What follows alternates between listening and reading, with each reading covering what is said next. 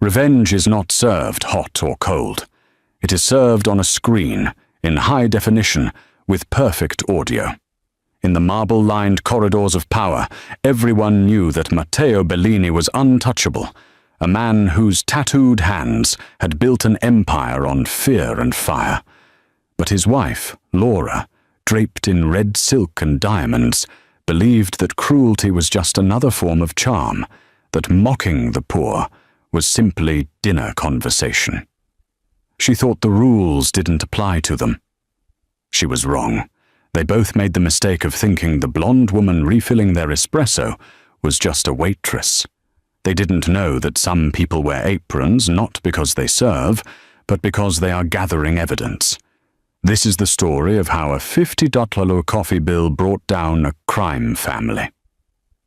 Before I start, comment where you are watching from and subscribe to support us. The crystal chandelier above table 7 cast fractured light across Matteo Bellini's face as he examined the leather bill folder like it was a particularly amusing joke. His tattooed fingers, decorated with symbols of violence disguised as art, drummed against the white linen tablecloth. The sound echoed through Ristorante Rossi's dining room, where oil paintings of forgotten nobility watched from gilded frames.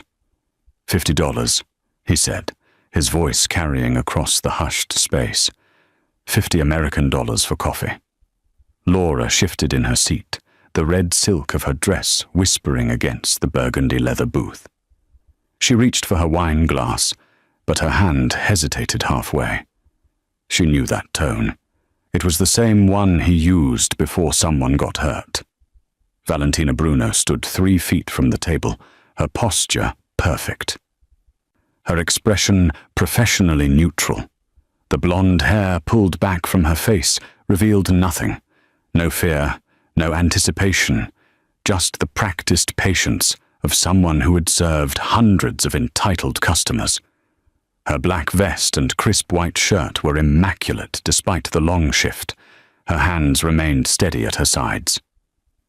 2 espressos, 1 macchiato, and service, Valentina said evenly. The price is listed on the menu, Mr. Bellini. The use of his name should have been a warning. In his world, anonymity was armor. But Matteo was too drunk on his own power to notice. You know who I am, he said, leaning back with a grin that showed too many teeth. And you still have the audacity to charge me like I'm some tourist? He looked at Laura, inviting her to share in the entertainment. Can you believe this? A peasant with a pricing gun. Laura's laugh was mechanical, a wind-up toy performing on cue. But her eyes darted to Valentina's face, searching for the crack, the moment when the waitress would crumble and apologize. It didn't come. Around them, the restaurant had gone quiet. Other diners pretended to study their plates, but every ear was tuned to table 7. The servers had retreated to the kitchen doorway like rabbits sensing a wolf. Even the classical music filtering through the speakers seemed to lower in deference to the brewing storm. I'm just doing my job, sir, Valentina said. Her voice hadn't changed pitch or tempo. The bill is $50. Matteo's grin widened into something predatory. He picked up his water glass and took a slow sip, making her wait, making her understand her place. Here's what's going to happen. Sweetheart, I'm going to walk out of here without paying a single cent, and you're going to thank me for not burning this shithole to the ground like I did to that bakery on... He stopped. Valentina's hand had moved to her apron pocket. The phone emerged in one smooth motion, screen already glowing. She placed it on the table between them, angled so both Matteo and Laura could see. Like you did to Bruno's bakery, Valentina finished for him. Her thumb pressed the play button. The video quality was grainy, shot from a high angle, security camera footage from 18 months ago. But the audio was crystal clear. Matteo's voice filled the space between them, younger but unmistakable, discussing accelerants and timing with a man whose face was obscured by shadow. The conversation was technical, almost businesslike, as they planned the destruction of a family business that had stood for 3 generations. "Make sure it's late," the recorded Matteo said. "After closing, I want the building gone, but keep it clean. No bodies. Just send the message." "And if the old man won't sell after?" the other voice asked. "Then we send another message." Laura's hand flew to her mouth. The wine glass she'd been reaching for earlier tipped, spreading red across the white tablecloth like a wound opening. She didn't seem to notice. Her eyes were locked on the screen, watching her husband, the man who'd told her he'd made his fortune in real estate and import-export, the man who'd sworn he'd left his father's criminal empire behind, casually order arson.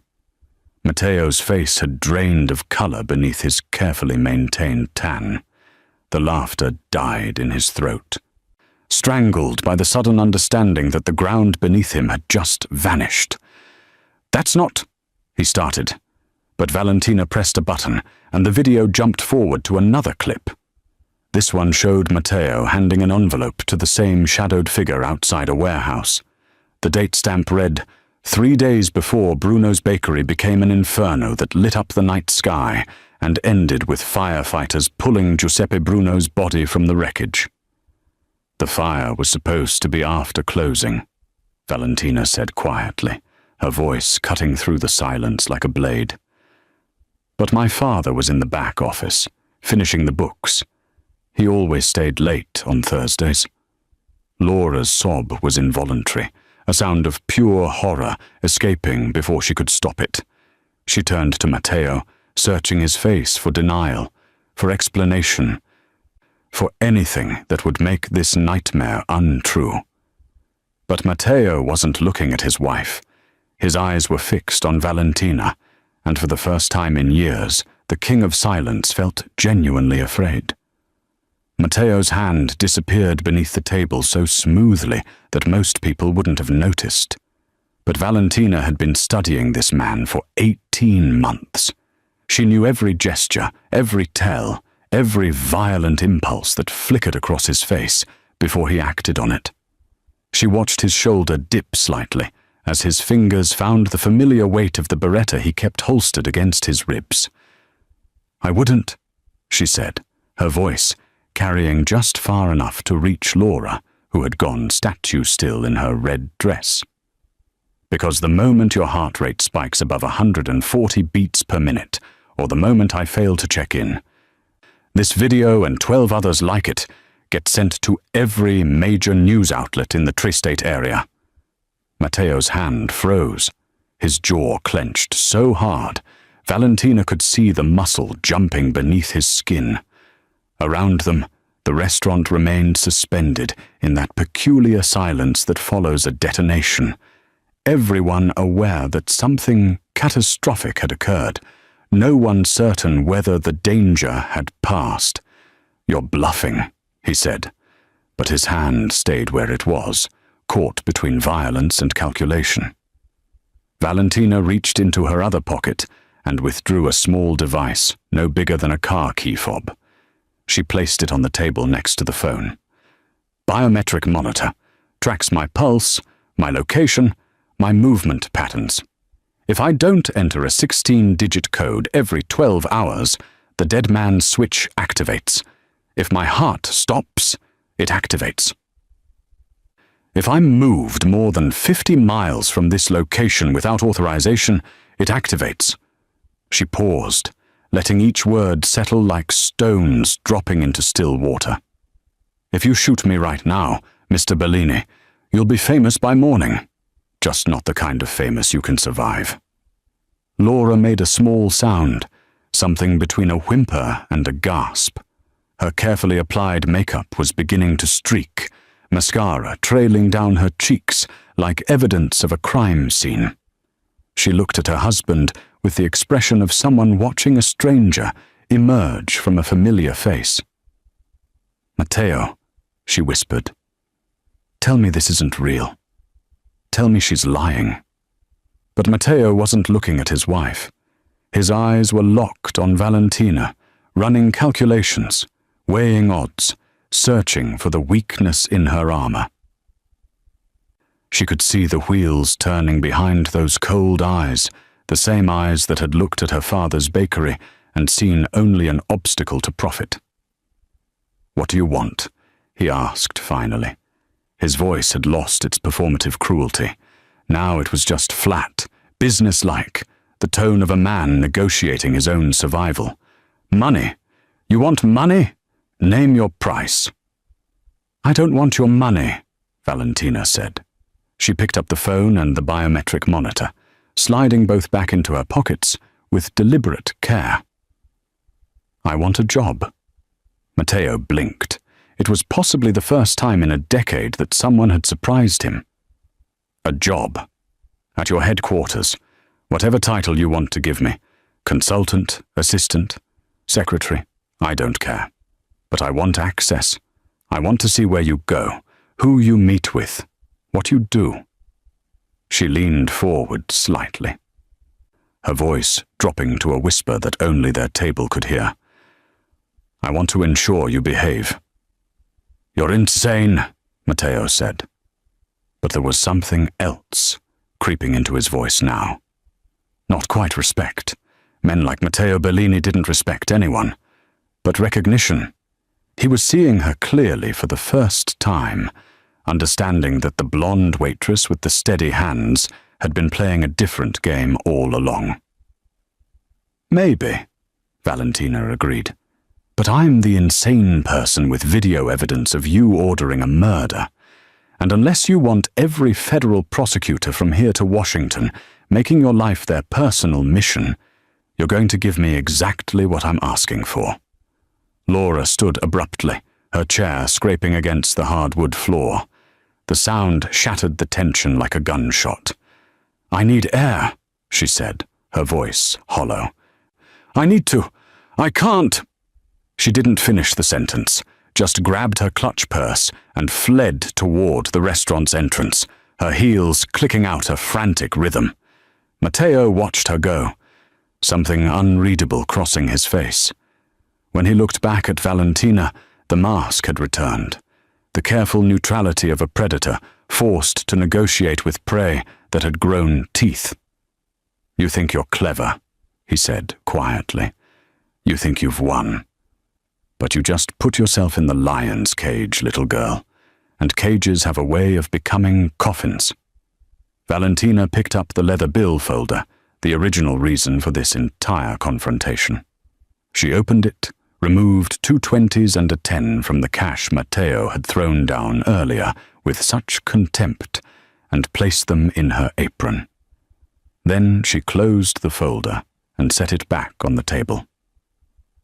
"The difference between you and me, Mr. Bellini," she said, "is that I walked into this cage on purpose. You just realized you've been living in one your whole life, and I'm the one holding the key." She turned to leave, then paused. "I'll see you Monday morning, 9 a.m. Don't be late." She walked away from table 7 without looking back, leaving Matteo Bellini sitting alone in his expensive suit, surrounded by gilded frames and crystal chandeliers, finally understanding what it felt like to be hunted. The Bellini Speakeasy occupied the basement of a building that officially housed an Italian import company. The entrance required 3 separate security checks, 2 locked doors, and a staircase that descended into what felt like the earth's dark heart. Valentina counted each step on her first morning, 32 stairs separating the legitimate world from the empire Matteo had built in shadow. The space itself was a carefully constructed contradiction. Exposed brick walls held vintage photographs of old New York alongside flat-screen monitors displaying security feeds. Leather booths lined the perimeter, while the center was dominated by a mahogany bar that probably cost more than most people's homes. Jazz played softly from hidden speakers, giving the whole place the atmosphere of a 1920s club that had somehow survived into the present, dragging its sins along with it. "Before we continue, My wife said, "I won't get close to 3K subscribers. I need you to prove her wrong."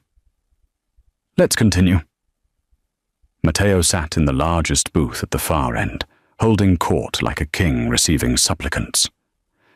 3 men Valentina didn't recognize stood before him, their body language suggesting the conversation wasn't going well. She noticed the way they shifted their weight, ready to run or fight, though neither option would help them. "Valentina!" Matteo called out, spotting her. His voice was welcoming, almost warm, but his eyes were cold as February. "Come meet your new colleagues." She crossed the floor, aware that every person in the room was watching her. Word had spread quickly through Matteo's organization. The waitress who'd somehow boxed the boss into a corner, the blonde ghost who'd appeared from nowhere with evidence that could end them all.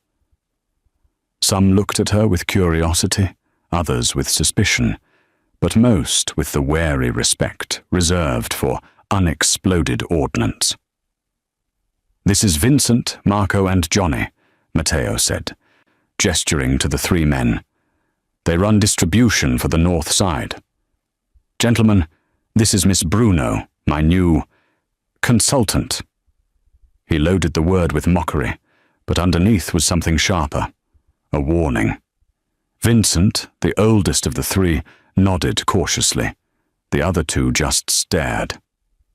"We were just discussing," Matteo continued, "a shortage in this month's numbers, $20,000 worth of product that seems to have evaporated into thin air." He picked up a glass of whiskey, examining it against the light. "I'm trying to understand how that happens, how 3 experienced men lose track of $20,000. Marco started to speak, but Matteo raised a hand, silencing him. "The thing is," Matteo said, his voice dropping to a conversational tone that somehow felt more dangerous than shouting, "I don't like mysteries. I don't like loose ends, and I really don't like being stolen from." What happened next occurred so fast that Valentina's training almost failed her. Matteo's hand shot out and grabbed the whiskey glass, then swung it in a vicious arc that connected with Vincent's temple. The sound of crystal meeting skull was sickeningly wet. Vincent dropped like a marionette with cut strings, blood already pooling beneath his head. "Now," Matteo said, looking at the remaining 2 men. "Who wants to tell me the truth?" Johnny broke first, words tumbling out about a poker game, about debts, about Vincent skimming to cover losses. Marco confirmed it, his voice shaking, both of them desperate to distance themselves from the man bleeding on the floor. Valentina kept her face absolutely still. She'd known what Matteo was capable of, had seen the aftermath of his violence in the blackened ruins of her father's bakery, but witnessing it firsthand was different. This was personal, intimate, the kind of casual brutality that revealed more than any surveillance footage ever could. Matteo listened to their confession, nodding occasionally, then waved them away. "Get him to a hospital. Tell them he fell. And make sure the 20,000 is back in my accounts by Friday, or you'll both be joining him." The 2 men scrambled to lift Vincent, who was groaning now, semi-conscious. They half-carried, half-dragged him toward the stairs, leaving a thin trail of blood across the expensive floor. When they were gone, Matteo turned to Valentina. She hadn't moved from where she stood, hadn't flinched, hadn't given him the satisfaction of any reaction at all. "Welcome to the family business," he said, swirling what remained of his whiskey. "Still think you want this job?" "I don't want it," Valentina replied evenly. "I need it. There's a difference." Matteo stood, closing the distance between them. He was 6 inches taller, 40 pounds heavier, and radiated the kind of physical menace that came from a lifetime of hurting people. He stood close enough that she could smell his cologne, close enough that she had to tilt her head back to maintain eye contact. "You should be terrified right now," he said softly. "You should be wondering if I'm going to do to you what I just did to Vincent. Whether your little insurance policy will save you if I decide you're more trouble than you're worth." Valentina didn't step back. She held his gaze, counting her heartbeats, keeping her breathing steady. The biometric monitor in her pocket was recording everything: her pulse, her stress levels, the subtle physiological markers that separated fear from control. "You know what I'm wondering," she said. "I'm wondering how that surveillance camera in the corner captured what you just did. I'm wondering if the man you sent to the hospital will keep quiet, or if he'll start thinking about immunity deals. I'm wondering how many more mistakes you'll make while I'm standing here documenting them." Something flickered across Matteo's face. Rage, maybe, or frustration at being matched, move for move, by someone he'd dismissed as insignificant. "The video," he said. It wasn't a question. "Check-in isn't due for another 7 hours, Valentina confirmed. "But I can always adjust the schedule if you'd like to test the system's responsiveness." Matteo stared at her for a long moment, then stepped back. He drained his whiskey in one swallow and set the glass down with deliberate care. "Your office is in the back," he said. "Third door on the left. I want reports on all financial transactions, all meetings, all movements of personnel. You want access? You've got it. Let's see how long you last."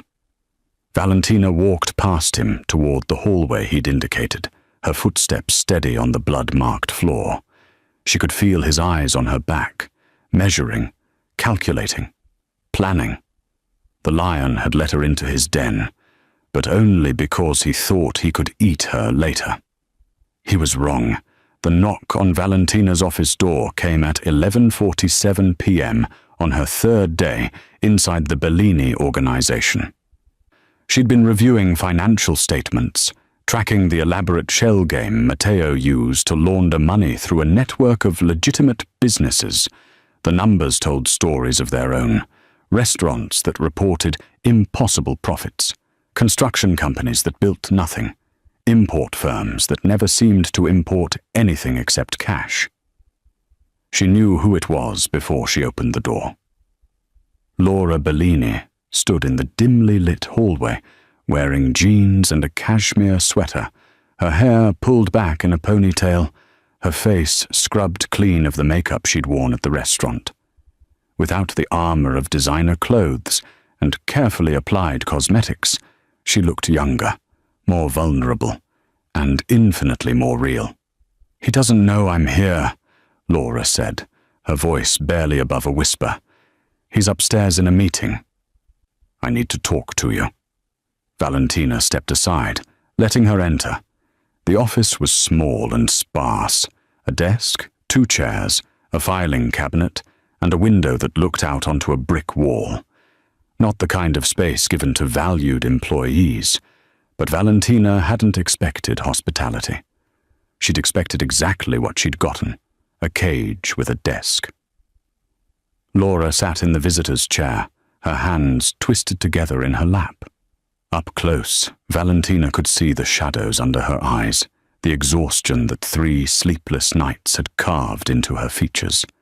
Since the restaurant, since the video, Laura had been living in a different world, one where the man she'd married was a stranger, and the life she'd built was constructed on bones.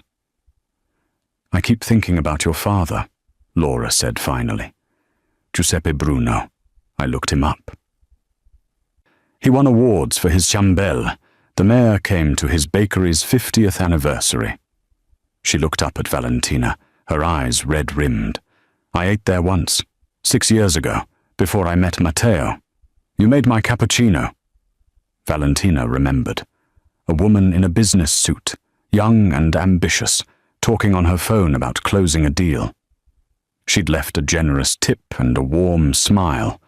The memory felt like it belonged to a different lifetime. "Why are you here, Mrs. Bellini?" "Laura, please." She took a shaky breath. I need to know what you want. Matteo won't tell me anything, except that you're handling some consulting work. But I know what I saw. I know what you have on him. So I need to understand. Are you here to destroy him? Because if you are, you need to know that I can't just watch that happen. Despite everything, despite the video, he's still my husband.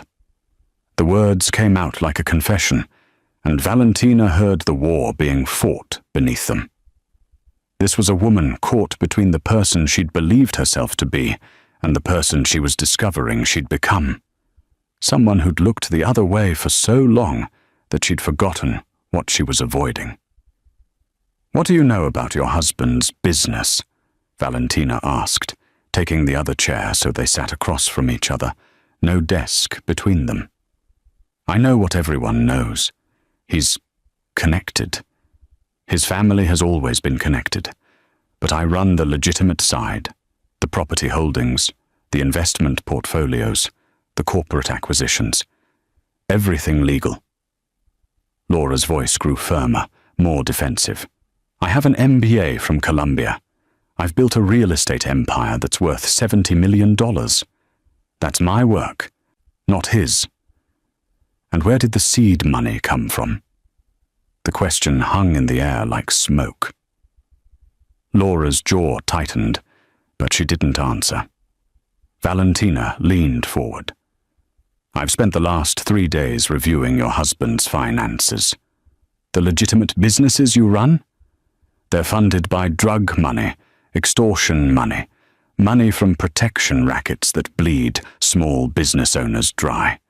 Every property you've acquired, every stock you've purchased, every dollar you've invested started as blood money. She paused, softening her voice. You're not separate from his crimes, Laura. You're the machinery that makes them respectable. Laura stood abruptly, her chair scraping against the floor. I didn't know. Not all of it. Not the extent. But you suspected. The word stopped Laura mid-protest. She stood there, trembling. And Valentina watched her face cycle through denial, anger, and finally, devastatingly, recognition. The recognition that comes when someone holds up a mirror you've been avoiding for years. I told myself it was old money, Laura whispered, that his family had made questionable choices in the past, but that we were moving forward, building something clean. I told myself I was the redemption arc. She laughed bitterly. How stupid does that sound now? Valentina stood and moved to the window, looking out at the brick wall. My father believed in redemption too. He gave second chances to people who needed them, hired ex-convicts, gave them real jobs, helped them build new lives. One of them was a man named Sal Romano, who used to run with the Bellini crew. She turned back to Laura. Matteo saw that as poaching, as disrespect. So he burned down 3 generations of my family's work and killed the man who built it. Laura's hand went to her mouth, that same gesture from the restaurant. I came here planning to destroy your husband, Valentina continued, to document every crime, every transaction, every moment of violence, until I had enough to put him away forever. I was going to use everyone around him as collateral damage because I didn't care who else fell as long as he did. She paused, studying Laura's face. But then you showed up at my door at midnight, asking what I want. And I realized something. You're not collateral damage. You're the key. The key to what? To doing this right. To making sure that when Matteo falls, the empire doesn't just transfer to the next violent man in line. You control the legitimate businesses, the real assets, the parts of his organization that could actually help this community instead of bleeding it dry. Valentina moved closer. I don't want to use you, Laura. I want to turn you. Help me dismantle your husband's criminal operations, and together we can salvage something worth saving. Laura looked at her for a long moment, and Valentina could see the calculation happening behind those exhausted eyes. This wasn't the woman in the red dress who'd laughed at the idea of paying for coffee. This was someone standing at a crossroads, finally forced to choose who she wanted to be. "If I help you," Laura said slowly, "he'll know. He'll come after both of us." "He already wants to come after both of us," Valentina replied. "The question is whether we face him separately or together." Laura walked to the desk and picked up one of the financial statements Valentina had been reviewing. She stared at it, at the proof of what her legitimacy had been built upon, and something hardened in her expression. "Tell me what you need." The first raid hit on a Tuesday morning at 4:47 a.m. Valentina was awake when her phone buzzed with the news. A warehouse in Red Hook, one of Matteo's primary distribution centers, swarmed by federal agents with a warrant so specific it listed exact locations of hidden compartments built into the floor. By the time the sun rose, 3 of Matteo's men were in custody, and $200,000 worth of product was tagged as evidence.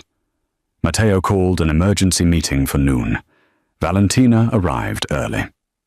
Taking her usual position in the corner of the speakeasy, where she could observe without seeming to participate. She'd learned that invisibility was a skill, that powerful men often forgot about the quiet woman taking notes until it was too late to guard their words. The room filled quickly. Lieutenants, enforcers, moneymen, all of them wearing variations of the same expression, equal parts anger and fear. They understood what a federal raid meant. The wolves were at the door, and someone had given them the address. Matteo entered last, and Valentina noted immediately that something had shifted. His movements were too sharp, his eyes too bright. He'd always been controlled in his violence, calculated in his cruelty, but now she saw the edges of something raw. Paranoia had a particular scent, and it was filling the room like gasoline fumes waiting for a spark. "We have a rat," he announced without preamble. No greeting, no pretense of civility, just the accusation, dropped like a stone into still water. "The feds had our floor plans. They knew which panels were false, which crates were marked for special handling. That's not luck, that's information."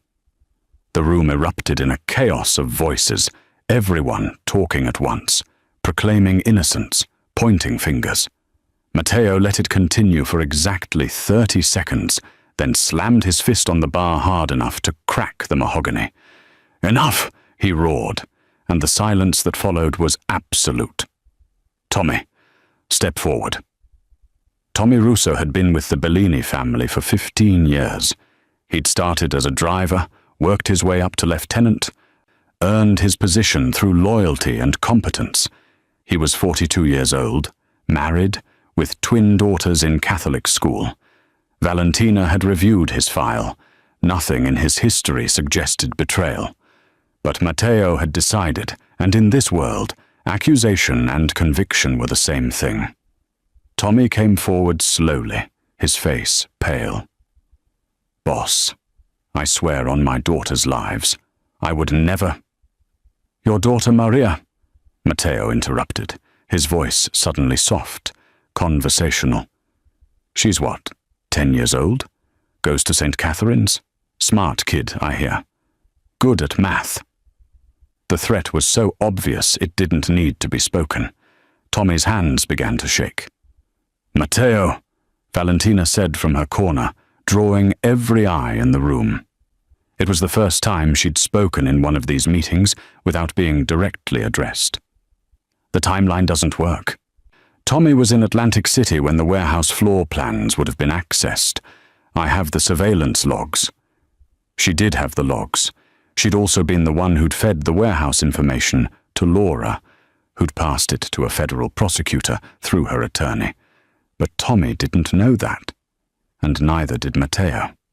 "Surveillance can be faked," Matteo said, but his eyes narrowed.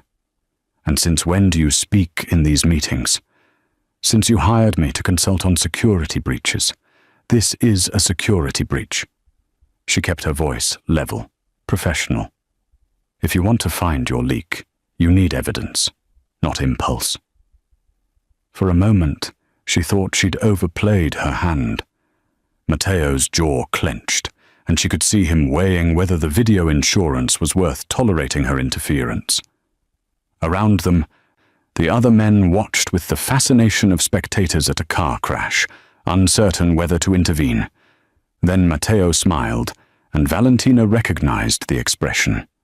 It was the same smile he'd worn in the restaurant before everything changed, the smile of a man who'd decided someone was going to suffer, and the only question was how much. "You're right," he said pleasantly. "We need evidence." He turned back to Tommy. "So let's find some." What followed was methodical and brutal. Matteo didn't use the explosive violence he'd shown Vincent. This was slower, more personal. He asked questions between blows, accusations punctuated by the sound of fist meeting, flesh, bone, cartilage. Tommy's denials became pleas. Pleas became screams. Screams became silence, broken only by sobbing. Valentina kept her hand in her pocket. Fingers wrapped around her phone. The audio recorder had been running since the meeting started. Every word, every accusation, every sound of violence was being captured in crystal clarity. This wasn't just evidence of assault. This was evidence of a man losing control, of an organization eating itself from the inside. She forced herself to watch, to not look away, because looking away would be noticed. But inside, a cold fury was building. This was what her father had faced, this casual, creative cruelty, this absolute certainty that power meant the right to destroy. "He didn't do it," someone finally said. Marco, one of the men who'd survived the earlier confrontation with Vincent, stepped forward. "Boss, look at him. If he knew anything, he'd have said it by now. You've beaten it out of him if it was there." Matteo stepped back. Breathing hard, his knuckles bloody. Tommy lay crumpled on the floor, conscious but barely, his face already swelling into something unrecognizable. "Get him out," Matteo said. "Take him to the doctor. Patch him up. And someone find me the real rat before I have to do this again." The meeting dissolved in hurried movements, men scrambling to remove Tommy, to disperse, to put distance between themselves and their unraveling boss. Valentina remained in her corner, watching Matteo pour himself a drink with shaking hands. "You should have let me handle it," he said without looking at her. "Your interference made me look weak." "Your beating of an innocent man made you look unhinged," Valentina replied. "There's a difference." Matteo turned, and for the first time since she'd entered his world, she saw something beyond calculation in his eyes. It was fear, raw and desperate, the fear of a man watching his empire crack and unable to stop it. "You did this," he said quietly.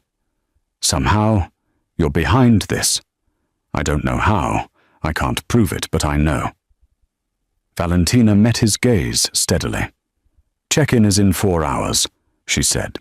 "I suggest you spend that time looking for actual evidence instead of conspiracy theories." She walked out of the speakeasy, leaving Matteo alone with his paranoia and his blood-stained hands, and she didn't let herself smile until she was 3 blocks away. The recording was already uploading to the cloud. The opportunity came 3 weeks after the Tommy Russo beating, when Matteo flew to Miami for a meeting with suppliers he couldn't conduct over the phone. He'd be gone for 36 hours, which meant Valentina had 1 night to do what she'd been planning since her first day in the speakeasy. The safe was hidden behind a false panel in Matteo's private office, a room she'd only entered twice under his supervision. She'd spent those 2 visits memorizing details, the slight gap in the wainscoting on the west wall, the way Matteo's eyes flickered toward it when discussing certain topics, the protective way he positioned himself between the wall and everyone else. She waited until 2 a.m., when the speakeasy was empty except for a single guard on the main entrance 3 floors up.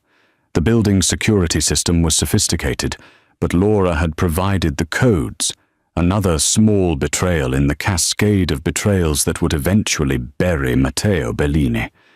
Valentina worked by the light of a penlight, clenched between her teeth, her fingers steady despite the adrenaline singing through her veins. The panel opened with a soft click, revealing a wall safe that probably cost more than most cars. She'd learned safe-cracking from a YouTube channel, run by a former locksmith, spending nights practicing on models she'd bought online. The skill had seemed absurd at the time, melodramatic, something from a movie rather than real life. But here she was, ear pressed against cold steel, listening for the whisper of tumblers falling into place. It took 18 minutes. When the door swung open, she allowed herself exactly 3 seconds of relief before focusing on the contents. Cash, predictably. Thick stacks of hundreds bound with paper bands. A handgun she didn't touch. Passports, 3 of them, each with Matteo's photo but different names. And there, at the back, a leather-bound ledger that looked older than the safe itself. Valentina pulled it out carefully, aware that she was holding the kind of evidence that could dismantle a criminal organization or get her killed, depending on how she used it. The pages were filled with handwriting she recognized as Matteo's, meticulous records of transactions that would never appear on any official document. Names, dates, amounts, all documented with the precision of a man who trusted nothing and no one. She photographed each page with her phone, working quickly but carefully, making sure every line was legible. The ledger went back 7 years, and as she progressed through the pages, she began to understand the true architecture of Matteo's empire. The legitimate businesses Laura managed weren't just laundering his money. They were the foundation of an elaborate liability shield, designed to protect him while exposing everyone else. Then she found the section marked with a red tab, and her blood went cold. The pages detailed what Matteo called contingency protocol. It was a blueprint for survival if the federal investigation closed in, a carefully constructed plan to shift all criminal liability onto Laura. Forged documents showed her authorizing suspicious transactions. Fabricated emails demonstrated her knowledge of illegal operations. Bank accounts in her name, opened with her signature, holding money that could be traced back to drug sales and extortion. The plan was elegant and monstrous. If the feds came for Matteo, he would give them Laura instead. His wife, his business partner, the woman who'd believed she was building something legitimate. She would go to prison for money laundering, racketeering, possibly even conspiracy to commit murder. And Matteo would walk away, the grieving husband betrayed by his ambitious wife. Valentina's hands shook as she photographed the pages. She'd known Matteo was capable of violence, had witnessed his cruelty firsthand. But this was different. This wasn't rage or impulse. This was premeditated betrayal, years in the making, aimed at the one person who'd stood beside him. She returned the ledger to its exact position, closed the safe, replaced the panel. Every movement was automatic now, her mind racing ahead to what came next. She needed to reach Laura before Matteo returned from Miami. Once he was back, he'd be watching too closely, suspicious of any private communication between them. The drive to Laura's apartment took 20 minutes through empty streets. Valentina had the address from the personnel files, a penthouse in Tribeca that Laura maintained separately from the home she shared with Matteo, a space of her own, though she probably didn't realize how much she'd need it. The doorman recognized Valentina from her previous visit, when Laura had brought her here to review financial documents away from Matteo's surveillance. He nodded her through without question, and she took the elevator to the 23rd floor, watching the numbers climb while her mind replayed the ledger's contents. Laura answered the door in a silk robe, her hair loose around her shoulders, her expression shifting from surprise to alarm when she saw Valentina's face. What happened? Is it Matteo? He's planning to frame you, Valentina said, stepping inside without waiting for an invitation.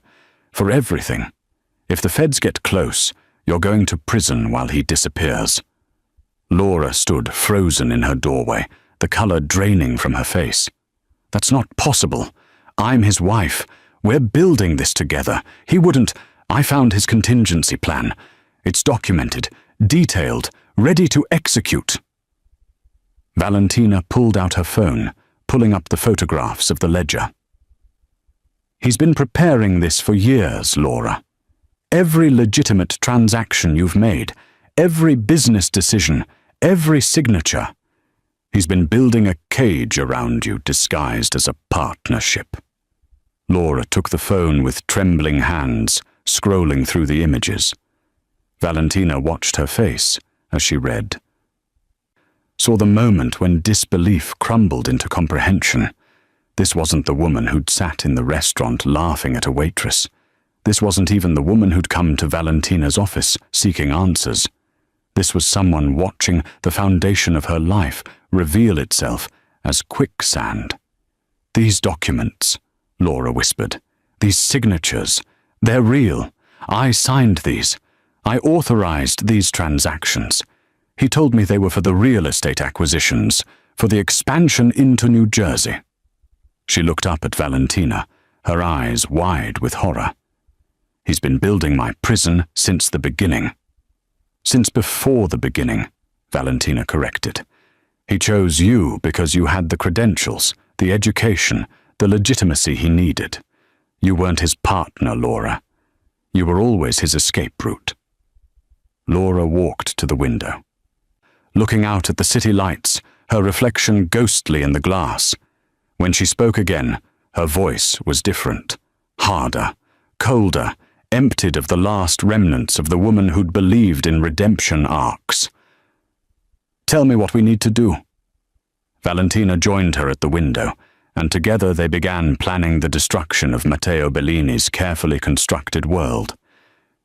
Valentina realized her mistake the moment she heard the office door lock behind her. She'd returned to photograph the final section of the ledger, the pages she'd missed during her first visit, because she'd prioritized warning Laura. It was a calculated risk. Matteo wasn't due back from Miami until tomorrow morning, and she needed those last pages to complete the picture of his offshore accounts. Without them, the federal prosecutors would have half a puzzle. Enough to wound but not kill. But the soft click of the lock told her that her calculations had been wrong. "You're early," she said, without turning around, buying seconds to assess her options. The office had one door, now locked, one window, reinforced glass, 20 feet above an alley. Her phone was in her pocket, the biometric monitor reading her suddenly elevated heart rate. "I took an earlier flight," Matteo said from behind her. His voice was calm, almost pleasant, the same tone he'd used before beating Tommy Russo. "Had a feeling I should check on things at home. Funny how instinct works." Valentina turned slowly. Matteo stood in front of the locked door, and he wasn't alone. Two men she recognized as his personal security flanked him, both carrying the kind of bulk that came from gymnasiums and violence. Between them stood a third figure, a thin man in glasses holding what looked like a tablet computer. "I believe you've been looking for this," Matteo said, holding up the leather ledger. It was open to the contingency protocol section, the pages she'd photographed for Laura. "Took me a while to realize someone had been in my safe. You're very careful, I'll give you that. But you left the pages slightly out of order, maybe 0.5 millimeter. Most people wouldn't notice." He smiled. "I'm not most people. Valentina's mind raced through possibilities, scenarios, escape routes.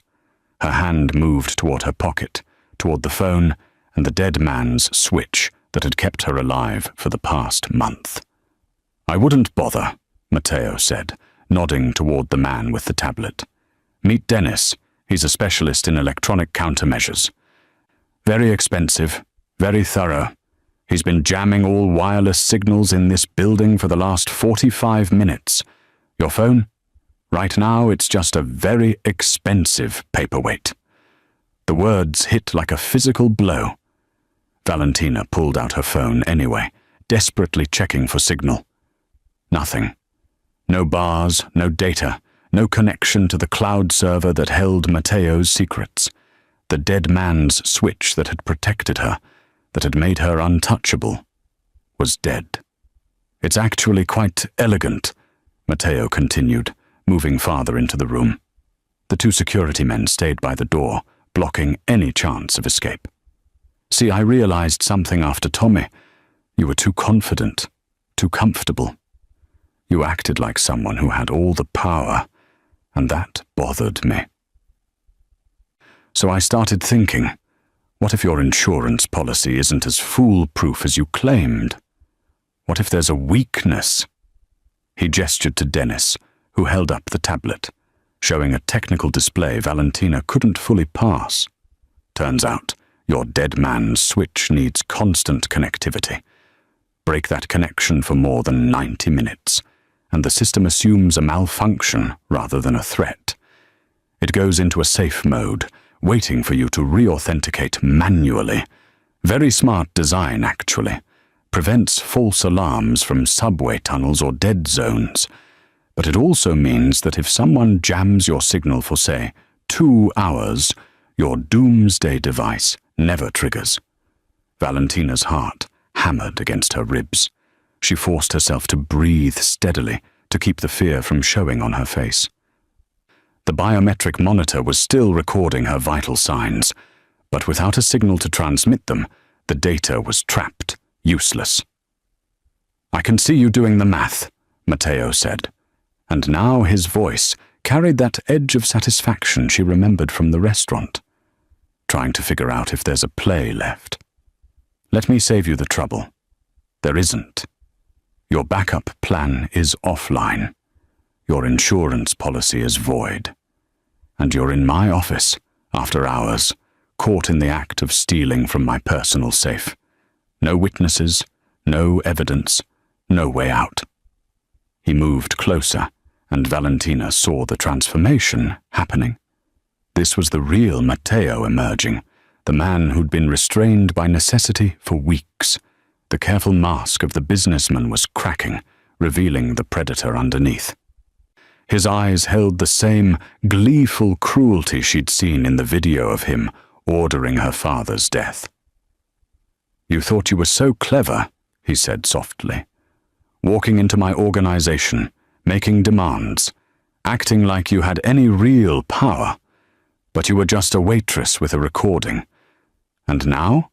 He spread his hands. "Now you're just a problem that needs to be disposed of."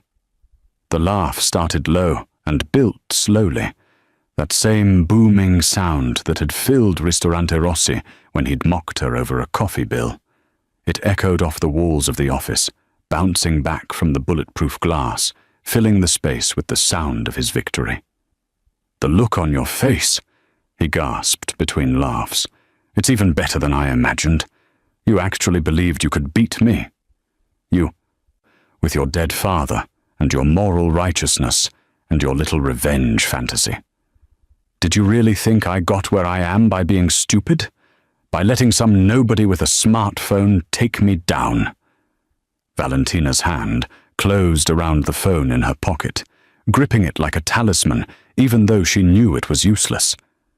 She thought of Laura, waiting for her signal that the final evidence had been gathered. She thought of her father, who'd died believing in second chances and redemption. She thought of all the careful planning, all the risk, all the time spent building a case that was now trapped behind a signal jammer and a locked door. Matteo wiped his eyes with the back of his hand, the gesture eerily familiar. "Marco," he said to one of the security men, "bring the car around to the service entrance, somewhere quiet, somewhere deep. Make sure we have everything we need for a thorough clean-up." "And the body?" Marco asked. Matteo looked at Valentina, his smile widening. "The harbor. Let the fish have her. Seems poetic, doesn't it? She tried to drown me in evidence, so she drowns for real." He turned toward the door, already moving past her, already treating her as dealt with, as finished. The arrogance was complete, total. The same arrogance that had made him laugh at a $50 bill and order a father murdered over a business dispute. "One question," Valentina said, her voice steady despite everything. "Before you kill me, I need to know, did you even hesitate? Before you ordered the fire that killed my father, did you think about it for even a second?" Matteo paused, considering the question with what seemed like genuine thoughtfulness. Then he shrugged. "No," he said simply. "Business is business, nothing personal." He reached for the door handle, and Valentina counted the seconds until the lock clicked open, until the moment when her last chance would disappear forever. The gunshot shattered the moment before Matteo could turn the door handle. The sound was deafening in the confined space, followed immediately by Matteo's scream, a raw animal sound of pain and shock. He collapsed against the door, his hand clutching his thigh where blood was already spreading across his expensive trousers in a dark, wet stain. Everyone froze. Marco and the other security man reached for their weapons, but stopped when they saw who stood in the doorway that had just opened from the private entrance. The door Valentina hadn't known existed, the one that connected Matteo's office to the executive suite. Laura Bellini stood with a gun held in both hands, her stance professional, her face absolutely calm. She wore black from head to toe, and her hair was pulled back severely, making her look like someone preparing for war rather than the society wife who'd sat in a red dress mocking waitresses. "Drop your weapons," she said to Marco and his partner. Her voice was steady, carrying the authority of someone who'd made a decision and would follow through regardless of consequence. "Now, on the floor. Kick them toward me." The two men looked at Matteo, who was gasping in pain, his face gone white. He tried to speak, but the words came out as incomprehensible sounds, shock overriding his ability to command. "She's not bluffing," Valentina said quietly. "I'd do what she says." Something in her tone convinced them. The guns clattered to the floor, slid across polished wood, stopped at Laura's feet. She kicked them further behind her without taking her eyes off the room, her own weapon never wavering from center mass on Marco. "Laura," Matteo finally managed, his voice strangled with pain and disbelief. "What are you doing? Put the gun down. You don't understand." "I understand perfectly," Laura interrupted. She stepped fully into the room, and Valentina saw what she held in her other hand, her phone, screen still glowing. "Valentina sent me a recording 47 minutes ago, before your jammer went active. I've been listening to you explain how I'm going to prison while you disappear to the Cayman Islands, how I was always your escape route, how our marriage was a 7-year insurance policy against prosecution." She moved closer to Matteo, who had slumped against the door, pressing his hand against the wound. The blood was flowing steadily, though not arterially. Laura had aimed carefully, professionally. Valentina wondered where a Columbia MBA had learned to shoot like that, then decided there were many things about Laura she'd underestimated. "I gave you everything," Laura said, and now emotion crept into her voice. Not sadness, but rage, pure and cold. "My education, my reputation, my legitimacy. I built your empire into something that could exist in daylight. I turned your dirty money into real estate, into stocks, into actual wealth, and you were planning to throw me away like garbage. Baby, listen, Matteo started, trying to use the endearment, the familiar manipulation. Don't, Laura snapped. Don't you dare. I listened to you laugh about it, Matteo. You told Dennis it was brilliant, how I'd signed all those documents without reading the fine print. How I'd been so eager to prove myself that I'd built my own cage. Her hand tightened on the gun. You were laughing, just like you laughed at Valentina, just like you laughed when you told your men to burn down a bakery with a man inside. Dennis, who'd been standing frozen with his tablet, suddenly bolted for the main door. Laura's gun tracked him instantly, and her shot, when it came, hit the doorframe inches from his head. He stopped, hands raised, understanding that she was willing to miss once, but wouldn't, twice. Everyone stays, Laura said. This ends tonight. She turned to Valentina. The ledger? Do you have what you need? Valentina nodded, pulling out her phone even though it was useless in the jammed building. I photographed most of it, but we need the physical evidence too. The courts will want the original. Laura walked to Matteo's safe. The panel was still open from Valentina's interrupted search, and retrieved the leather-bound book. She also pulled out the stack of fabricated documents, the ones showing her signature on illegal transactions, and a USB drive Valentina hadn't seen before. Everything, Laura said, handing them to Valentina. The ledger, the contingency protocol, and this drive has the offshore account information. Passwords, access codes, transfer histories. Matteo thought he was the only one who knew the safe combination. She smiled without humor. I've known it for 3 years. I just never had a reason to look until you showed me what I should be looking for. Matteo made a sound that might have been laughter or sobbing. You bitch! You ungrateful, treacherous! The next shot hit the floor 6 inches from his hand, cutting off the insult. Laura's expression hadn't changed. You don't get to speak, she said. Not anymore. You've said enough for a lifetime. Valentina moved to the window and checked her phone again. Still no signal, but she could see Dennis's tablet on the floor where he'd dropped it. She picked it up, found the jamming application, and shut it down. Her phone immediately came alive with notifications, missed check-ins, system warnings, backup protocols activating. The feds will be here in minutes, she said, reading the alerts. The dead man's switch logged the connectivity loss. When it came back online and saw I hadn't checked in, it triggered the full release. Everything's going public. The videos, the recordings, the financial documents, all of it. Matteo's face contorted with rage and despair. He tried to stand, perhaps to make one last desperate move, but his injured leg buckled and he collapsed again. The security men watched their boss reduced to a bleeding, broken figure on the floor, and neither moved to help him. 7 years, Laura said quietly, looking down at her husband. 7 years I believed in you. Believed we were building something together.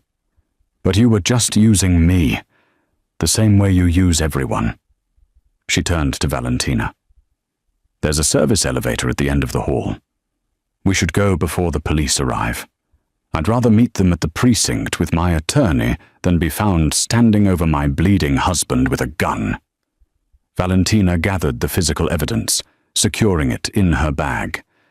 As they moved toward the door, Marco spoke for the first time.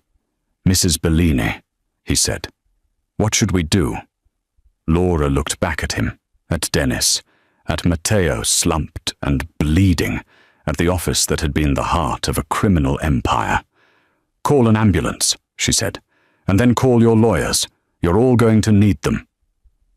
She and Valentina walked out together, leaving Matteo Bellini alone with his shattered leg and his dying empire, his laughter finally permanently silenced. The police arrived in waves, their sirens painting the night in blue and red. Valentina and Laura were 2 blocks away when the first units screamed past them toward the speakeasy, followed by unmarked sedans carrying federal agents who'd been waiting months for this exact moment. The dead man's switch had delivered everything: videos, audio recordings, financial documents, the complete architecture of Matteo Bellini's criminal empire, all dumped simultaneously into the inboxes of every major law enforcement agency and news outlet in the tri-state area. By dawn, the story was everywhere. Cable news played the restaurant video on loop, Matteo's voice ordering the arson, his laughter at the $50 bill, the moment when his world had started to crack. Social media exploded with outrage and fascination. The tattooed Don who'd ruled the underworld from the shadows was suddenly the most visible man in America, and visibility was a death sentence for someone in his position. Valentina spent 6 hours in an interview room at the FBI field office, walking federal prosecutors through 18 months of investigation. They listened with the intensity of people who'd been handed their career-making case on a silver platter. The lead prosecutor, a sharp-eyed woman named Chen, kept shaking her head in disbelief.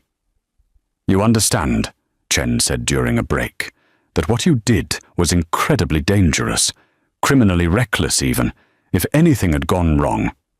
"Everything went wrong," Valentina interrupted. "I just had a very good backup plan." Chen smiled despite herself. "Laura Bellini is in the next room, by the way.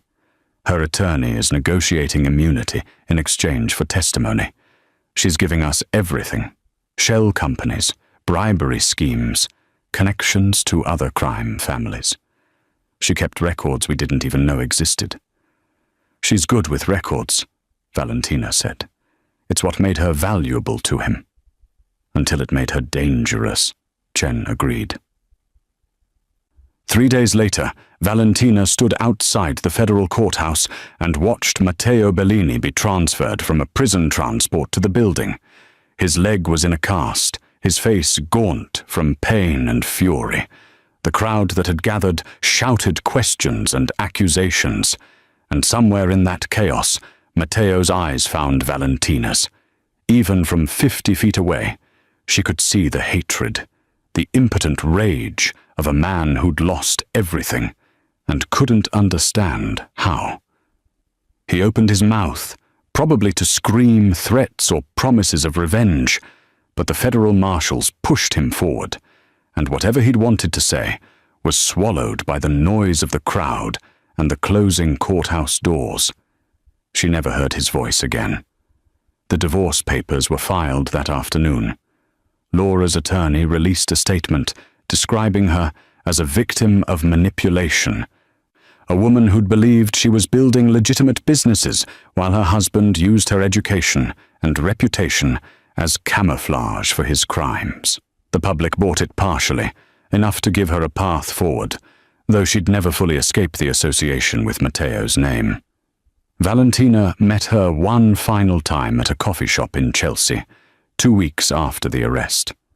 Laura looked different somehow, thinner, older, but also more solid, like someone who'd been assembled from fragments and finally glued back together into a coherent whole. "The DA accepted the immunity deal," Laura said, stirring sugar into her espresso. "I testify against Matteo and anyone else they're prosecuting, and I walk away with a criminal record that stays clean. The civil suits are another matter, apparently. A lot of people want the money I made managing his empire." "You'll survive it," Valentina said. "You're good at surviving." "I'm good at lying to myself," Laura corrected. "There's a difference."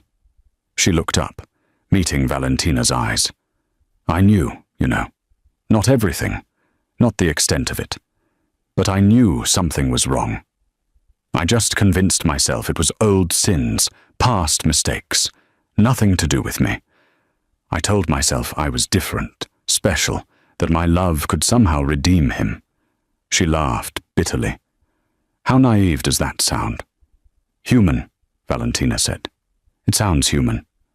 Laura reached across the table and squeezed Valentina's hand once, briefly. Thank you, for showing me the truth, even when I didn't want to see it, for giving me a chance to choose who I wanted to be. She stood, gathering her purse. I'm moving to California. Starting over, new name, new life. The lawyers say it's the smartest play. Let the news cycle move on. Rebuild somewhere else. Good luck, Valentina said, and meant it. You too. Laura paused at the door. What will you do now? Go back to waiting tables? Valentina smiled. I'm thinking about law school, actually. Turns out I'm good at building cases. After Laura left, Valentina sat finishing her coffee, watching the city move past the window. She thought about her father, about the bakery, about the 18 months she'd spent planning revenge. It had consumed her completely, turned her into someone harder and colder than Giuseppe Bruno would have recognized. But it was done now. Matteo would spend the rest of his life in prison, his empire scattered, his name synonymous with brutality and arrogance. The question was who Valentina would become next. She took the subway to the old neighborhood, getting off at the stop her father had used every morning for 30 years. The walk to the bakery lot took 10 minutes, through streets that had changed and hadn't changed, new businesses in old buildings, familiar faces grown older. The lot where Bruno's bakery had stood was empty, surrounded by a chain-link fence, covered in faded notices and graffiti. The building next door still showed scorch marks from the fire, a permanent scar on the neighborhood's face. Valentina stood at the fence, her fingers threading through the cold metal, and let herself remember. Her father's laugh, so different from Matteo's, warm and genuine. The sound of someone who found joy in simple things. The smell of bread baking at 4 in the morning. The way Giuseppe had treated everyone who walked through his door with dignity, whether they were buying a single roll or ordering for a wedding. The belief he'd carried that people deserved second chances, that redemption was always possible. He'd been wrong about that last part. Some people, like Matteo Bellini, were beyond redemption. But Giuseppe had been right about the important things, about community, about kindness, about building something that fed people in more ways than one. Valentina pulled out her phone and called the number she'd saved weeks ago. Mr. Restrepo, this is Valentina Bruno. I'm ready to talk about buying back the lot. The conversation took 15 minutes. The price was higher than she'd hoped, but manageable with the reward money the FBI had mentioned. She could rebuild. Not the same bakery. That was gone forever, but something new that honored what had been. When she hung up, the sun had broken through the morning clouds, throwing light across the empty lot. Valentina stood in that light, feeling its warmth on her face, and realized that for the first time in 18 months, she wasn't angry. The fury that had driven her, that had given her the strength to walk into Matteo's world and dismantle it from inside, had finally burned itself out. What remained was quieter, more solid. Not peace. She wasn't sure she'd ever have that, but purpose. The knowledge that she'd taken her father's death and turned it into something more than tragedy, that she'd stopped a man who would have hurt countless others, that she'd given Laura a chance to become someone better. Silence had finally returned. Not the silence of things hidden and suppressed, but the silence of completion, of justice served, of a story ended and another ready to begin. Valentina smiled, turned away from the empty lot, and walked into the sunlight, carrying her father's memory and her own hard-won wisdom toward whatever came next. The loudest laugh in the room had preceded the longest silence, and in that silence she could finally breathe. Thank you for watching. If you loved this video, kindly hit that like button and subscribe for more.